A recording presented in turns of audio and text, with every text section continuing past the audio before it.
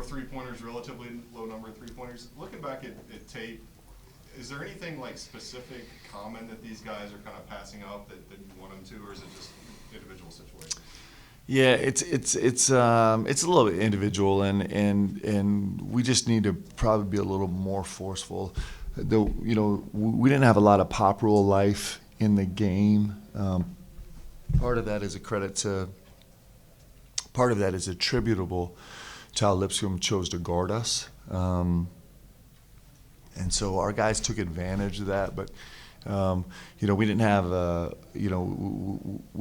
it's a place where we'll continue to focus on this idea of really letting the ball do the work and find the open man. And I think we're going to understand that more and more as we move forward. But this number, of trying to get to 33s or 30 plus is important for us. It's a standard. We won't be able to get there every game because we're going to play the game with what we have in front of us. But as a metric, that's something we're striving for. Is that something that takes some time to get used to? Even though you guys have been preaching kind of this green light and this style all summer, it seems like Jackson is the one who's really the most comfortable doing it in the flow, which would be understandable.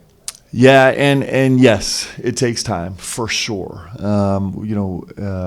It takes time to kind of digest that, and then every time you face a new opponent, you're seeing you're getting a new feel. There's new physicality. There's a new scheme. There's a new game plan. There's a new a way to approach us. It's one of the things that we found over the last couple of years is teams tend to go to the extreme a little bit to guard us. They kind of get out of character, and so you really never know what you're going to see. You don't see the normal defensive game plan that you see on film most teams playing against their other opponents. And so it's a process. I think it is really exciting for us because we're quite a ways away from being able to understand and identify and execute on different ways that different approaches teams might take to guard us, and the game gets really fun as your guys start to internalize that. Like it's a beautiful growth process, and when we talk about the urgency of just not having that much time. That's one of the things that we feel is that we're so anxious to keep growing, where we get more and more comfortable with we see it, we identify it, we read it, we know how we want to attack it, and let's go, and to do that in real time. That's when the game gets really fun and beautiful. Just Mark, following up on that, as 9 combined seasons as a head coach at Utah Valley and BYU before this, what did you learn when opponents are throwing unique, maybe different defenses than you've seen on film because of the tempo, because of the three-point shooting? Is there something that you as a coach learned to try and combat that, or get your guys used to something maybe that they weren't expecting from the opponent? Yeah, the game is always teaching you. That's the beautiful thing, right? If you'll listen, if you'll pay attention, the game is always teaching you. It's actually the best teacher. And so all of that is filtered into kind of the ways we try and execute, the ways we try and give our guys cues on what to pay attention to and how we're going to attack it. And coaches are really creative. And so, they'll distort defenses in all kind of ways to try and have an impact on the game. So the more of those you see, the more little wrinkles you get to add, and it's fun. It's why it's so fun to play in great leagues with great coaches and great players, because it just challenges you to learn the game a little bit better. Mark, for you guys, obviously as competitors, you love those big games, like a top 10 Duke game, but obviously you evaluate your team's performance after every game. What are the differences in that evaluation between, a top 10, gritty Duke game or, a Lipscomb game? What are the differences, and how do you manage that?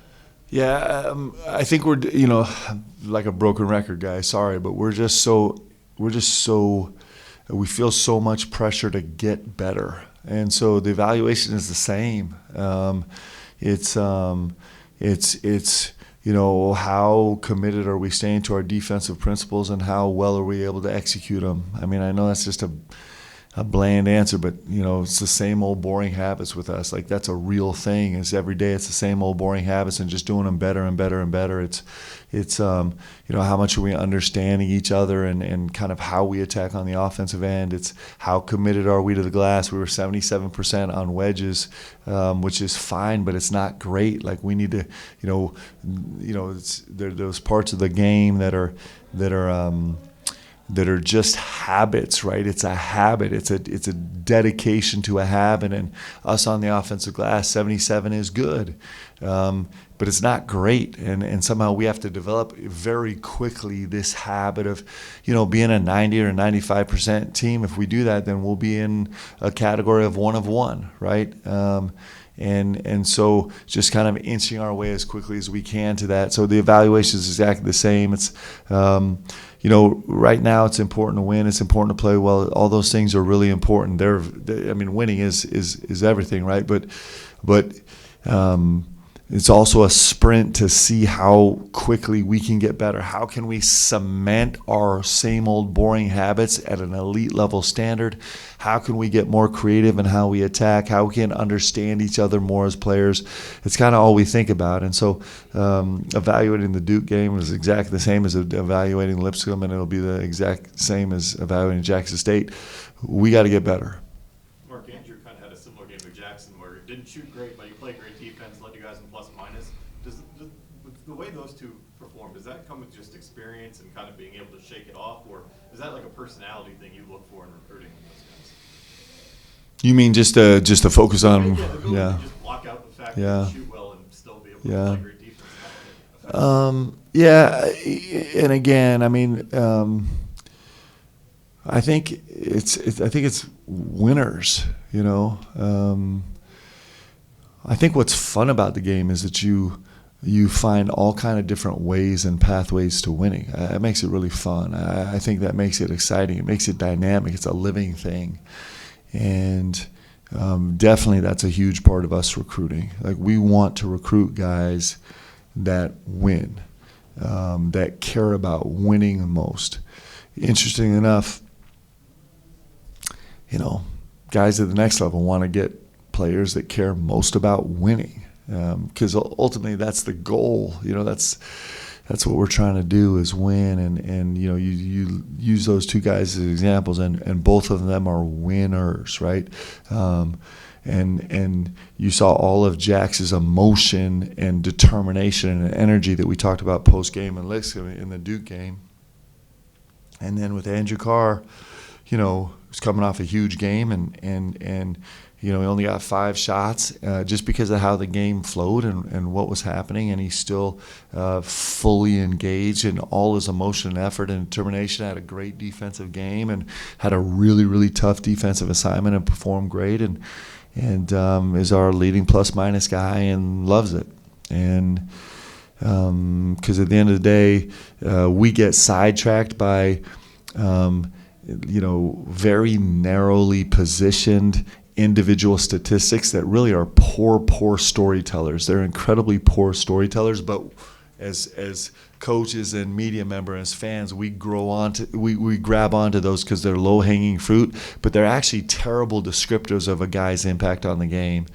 And our guys hopefully will buy into that more and more and more, and start to evaluate their game not on the low-hanging fruit, super, broad, bad storytelling numbers that everyone else grabs onto, but on the ways that we evaluate the game, and we have guys that are willing to do that. It's pretty cool.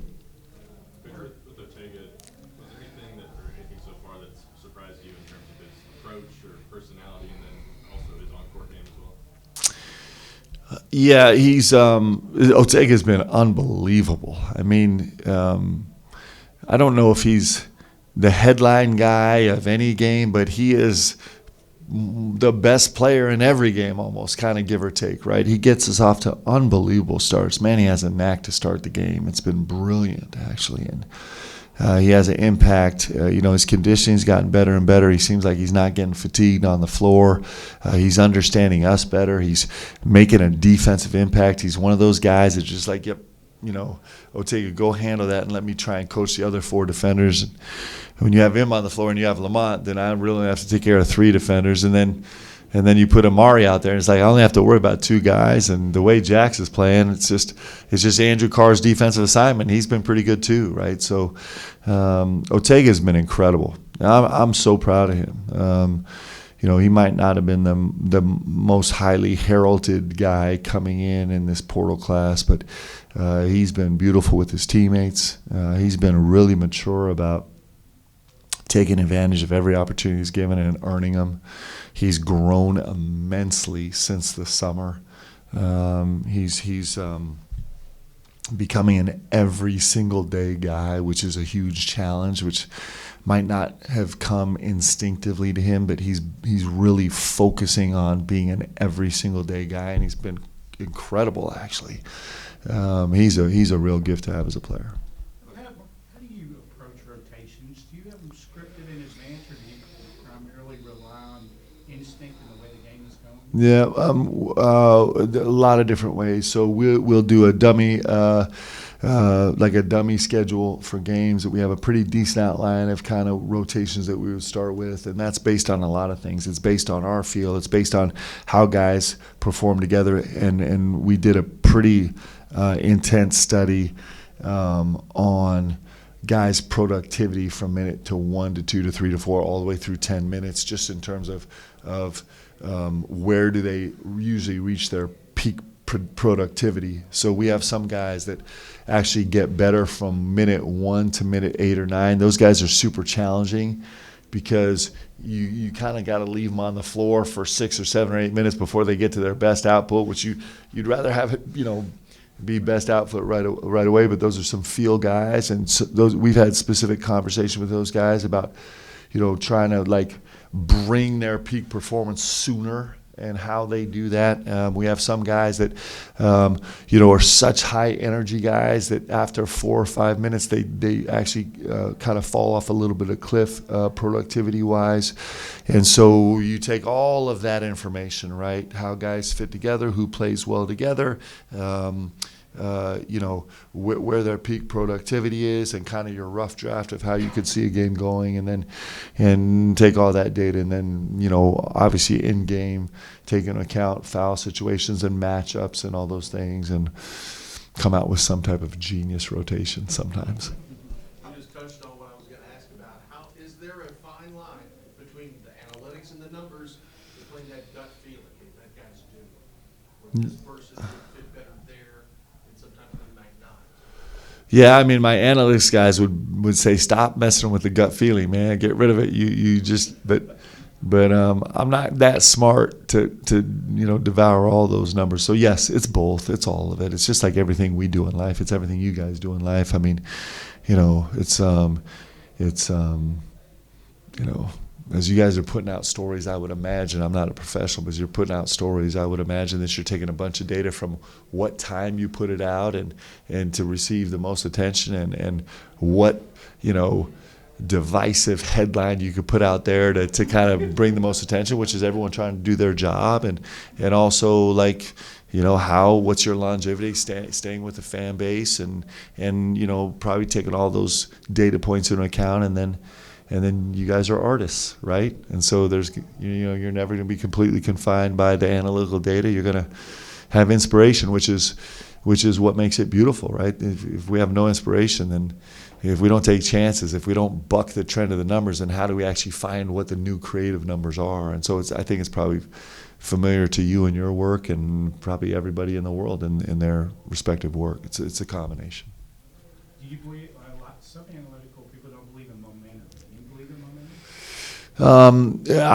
I'm a big believer in the dynamic nature of the game, for sure. And one of the interesting things about analytics is and just numbers and just data in general is that it's getting you averages, and those averages matter.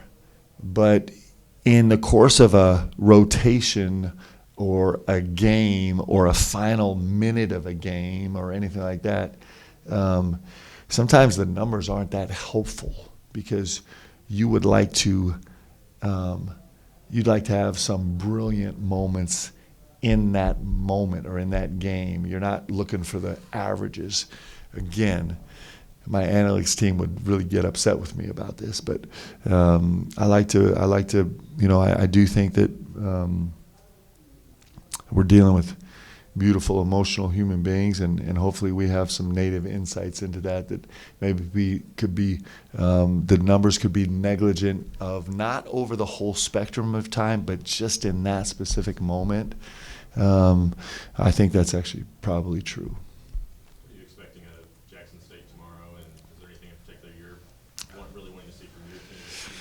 Yeah, this Jackson State team is playing really hard. I mean, they're competing. You know, last year they were one of the better teams in the country getting to the free throw line. They have a 13 rebound advantage on the offensive glass through their first 5 games. They've been, traditionally they've been a really good forcing turnover team. They're playing with unbelievable energy. Mo's got the guys, like they're fighting and competing. They have some really terrific size. One of the biggest centers that we'll face all season long. They had a rookie step up last night and put up huge numbers. They've got a roster kind of built like that where on any given night somebody could step up and really be great. So we're expecting an incredibly competitive game. It's part of the Unity series, which we're super excited about, and we're going to get to honor the great Kenny Skywalker and the great Purvis Short, 2 unbelievable graduates from Jackson State and from Kentucky, who had great careers in their respective schools and went out and had incredible NBA careers and then have been great stewards of the game. And so every game is massive. This will be the biggest game we've played all season long, and that'll never change. We honor this game, and it's going to be incredibly competitive and probably salty and combative and everything that we want out of basketball. Are you familiar with Mo Williams? Have you met him? Are you all friendly? We've crossed paths. We're not boys, but I expect we'll know each other a little bit better after tomorrow night. And he's clearly, just an unbelievable ambassador of the game of basketball, an unbelievable pro, terrific career, and he is going to continue to do great things in coaching. Mark, are you impressed with how this team so far through 4 games has attacked everything despite it doesn't matter what logo is on the other team's chest, they're coming out to win the game, and it seems like they're doing a really good job. Is that mentality something that's really impressed you of this group? Yeah, I mean, I think our guys want to get better. We want to get better. There's these multiple races going on all at the same time, right? You're trying to win a game, and that's massively important. Win a game, and at the same time, you're trying to get better. Like, we'd like to become something. If we're not a better team in a month than we are today, then we're not getting the job done, right? And so I think our guys have grasped that, and I think they're super hungry and they're really curious and humble. We talk about that all the time, and are just eager to get better. That doesn't guarantee perfection. It doesn't guarantee positive outcomes all the time, but I think it does sign you up for a really good trajectory where you kind of roll into every day in practice. Like today in practice, I think our guys are walking to practice like, okay, guys, we got to get better. And we're going to roll in this game tomorrow knowing that we have to find a way to win the game because that's our job, and then we have to get better, right? Both those things have to happen. And I think when you hold that focus with you, it gives you a chance to become something, and our guys want to become something. Jackson, Kobe, going back to the summer, have talked about wanting to be better defenders over the course of the season. How much does it help that to be around guys like Lamont and Otega? Yeah. And sharing the court with them in games? Yeah, it's pretty great because, both those guys want to become better defenders and they want to become better offensive players, so one of the reasons Jax was really excited to come here was because Lamont and Otega were here, and he was like, I want to go against those guys every day and figure out, going against those guys, he's not going to find much better backcourt defenders in the NBA than he's seeing in those two guys right now. Certainly nobody that's going to startle him. It's like, wow, I've never faced this before. These are two elite, physical, capable, incredible defensive players. And so getting to go against them offensively every day is really special for both Jax and Kobe. And then for sure, when you do that, you get to pick up a few tricks and be like, oh my gosh, he's doing this to me as an offensive player. He's guarding me this way, and I don't like it. Now I'm gonna try that also. I'm gonna try that on the defensive end and see if it pays off. And so that's the great thing about having terrific players. And it's one of the things that I think guys miss. One of the things that was such a beautiful experience for me playing here was I got so much better as a player. I improved so much more in practice than I did in games, because the truth is facing Walton McCarty and Antoine Walker was harder every day in practice than it was facing just about every frontline player in college except for Marcus Camby. He was a problem for me. Mark, out of curiosity, I think all the games you guys have played at Rupp this year, you've worn a suit. I think you went quarter zip for the Duke game. Yeah. So, is it going to be suit every home game, quarter zips for road games? Is it like a Coach Pitino thing? Like, just Yeah. out of curiosity, like, how do you determine what you're going to wear? Well, I just can't, in a good conscience, walk in a Rupp in a 3/4 zip. It just doesn't. I just think to me that's a really sacred building, and there's nothing that feels right about it. And then on the road, it was long, tenuous negotiations with my staff. They're less inclined to be excited about a suit than I am, and so we kind of thought, we'll start this way: suit at home, honoring Rupp, 3/4 zip on the road, and then we had these neutral games. And so the original decision was that we would go suit neutral, because there is no way that Leanne is going to let me walk into Madison Square Garden in a 3/4 zip. That just ain't happening. It's the world's most famous arena. We love that place. We love that city. But Jay Hart, after the Duke win, he was like, Coach, I don't know, these 3/4 zips pretty good in this neutral, so now that's under consideration. But originally we made a deal. We'll do 3/4 zip in Atlanta, and then we'll do suit in Madison Square Garden. I don't know where that's going to end. That's in hands way more powerful decision making than my own. But we spent a lot of time trying to figure out what to wear. I mean, look at me right now, right? Does Leanne pick the suit? Leanne picks everything, actually. Are you a fan of the snow, Mark? I know you're not getting as much here as you were at your last stop. Yeah, I mean, snow is like part of the season, right? I like all of the fall and the cold and the winter because it just makes you know it's basketball. Mark, speaking of habits, before the past game we played earlier the week, you guys had 6 days off. That was the longest stretch that you had off at a time. Now you're on pretty short notice, having to play this game, not short notice, but short week. Yeah. This game tomorrow. What's the difference between a stretch of time, like 6 days in this program under your leadership, and then a short week like this? Yeah, it was really nice. And we had a little 3-day window, 3 days of practice where we could really focus on us completely and try and expand some things that we were doing and challenge ourselves in different ways. Spend some time on special situations, spend some time on different looks offensively, spend some time on some different wrinkles defensively, some different punches. And then, once you're in the grind, it's pretty much really locked in on Jackson State. We'll spend all of our time today on Jackson State, as we did yesterday, and then with the Saturday, Monday, we'll spend all of our time, preparing for Western Kentucky. And with those 2-day preps, it doesn't give you a lot of room to explore other things. Now, in every game prep, you're exploring new concepts, but it doesn't give you time to really just hammer away at them. Give yourself a 12-minute segment where you're just focused on a new concept as an install. Mostly it's shorter segments where you're really kind of laser focused on how you're trying to approach Jackson State right now. Thanks, guys. Have a great day.